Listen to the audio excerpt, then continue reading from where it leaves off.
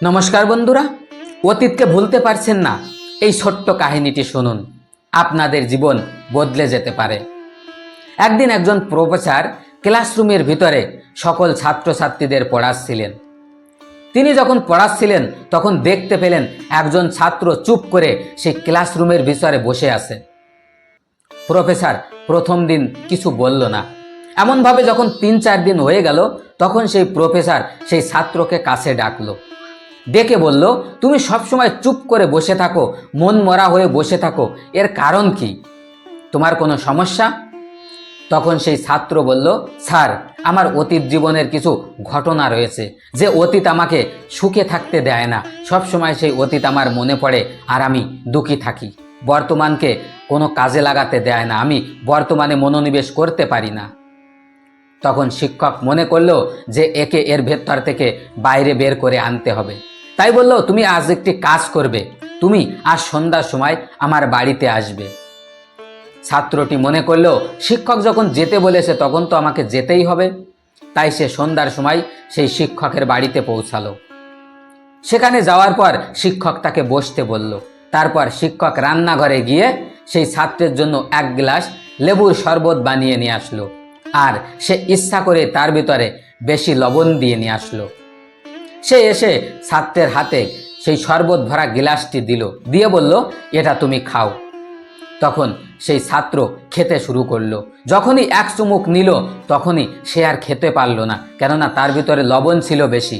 তাই তার মুখ যেন আজীব হয়ে গেল। তখন সেই শিক্ষক বলল, কি হলো, কোনো সমস্যা? শরবতে কোনো সমস্যা আছে? খারাপ হয়েছে শরবত? তখন সেই ছাত্র বলল, না না স্যার, তেমন খারাপ হয়নি, তবে শরবতের ভিতরে অনেক লবণ রয়েছে। তখন সেই শিক্ষক বলল, ঠিক আছে, দাও, আমি শরবত ফেলে দিচ্ছি আর নতুন করে তোমার জন্য 1 গ্লাস শরবত বানিয়ে নিয়ে আসছি। তখন সেই ছাত্র বলল, না না স্যার, নতুন করে বানাতে হবে না, আপনি এর ভিতরে একটু লবণই তো বেশি আছে, আপনি এর ভিতরে একটু চিনি দিয়ে দিন, তাহলে মিষ্টি হয়ে যাবে আর আমি খেয়ে ফেলতে পারবো, সমস্যা হবে না, সব ঠিক হয়ে যাবে। তখন সেই শিক্ষক বলল, হ্যাঁ, আমি তোমাকে এটাই বোঝানোর চেষ্টা করছি যে তুমি যে বলো অতীত ভুলতে পারছো না, তুমি যেমন এই শরবতের ভেতর থেকে ওই লবণকে আলাদা করতে পারবে না, ঠিক তেমনি তোমার জীবনে যে ঘটে যাওয়া অতীত তা তুমি আলাদা করতে পারবে না। কিন্তু শরবতের ভিতরে চিনি দিয়ে তুমি যেমন তা মানিয়ে নিয়েছো, অ্যাডজাস্ট করে নিয়েছো, ঠিক তেমনইভাবে তুমি যদি তোমার জীবনের ঘটে যাওয়া অতীতকে ভুলতে চাও, তাহলে তোমাকে আজকের সময়কে কাজে লাগিয়ে যে সময়টি চলছে তাকে শ্রুতি মধুর করে তুলতে হবে। সব সময় ব্যস্ত থাকতে হবে, নতুন নতুন বন্ধু বানাতে হবে, তাদের সাথে হাসি খুশি থাকতে হবে।